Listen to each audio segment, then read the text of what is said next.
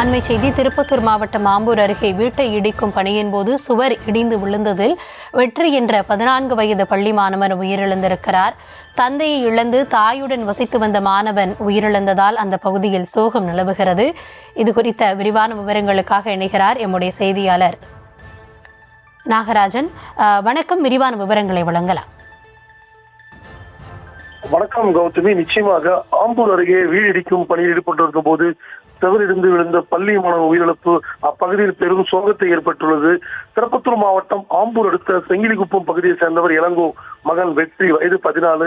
இவருடைய தந்தை கடந்த சில ஆண்டுகளுக்கு முன்பாக இறந்துவிட்ட நிலையில் தனது தாய் சரிதாவுடன் வசித்து வந்துள்ளார்.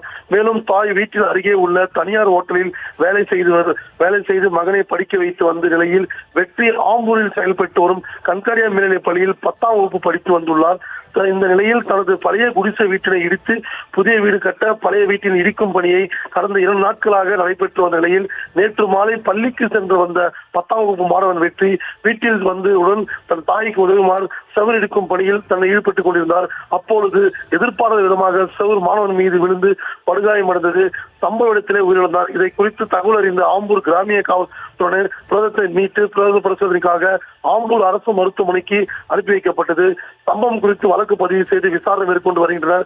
ஆம்பூர் அருகே தந்தை இறந்து தாயுடன் வசித்து வந்த பள்ளி மாணவன் செவரிடிந்து பணியில் ஈடுபட்ட போது எதிர்பாராதமாக மாணவன் மீது விழுந்து பரிதாபமாக உயிரிழந்த சம்பவம் அப்பகுதியில் பெரும் சோகத்தை ஏற்பட்டுள்ளது.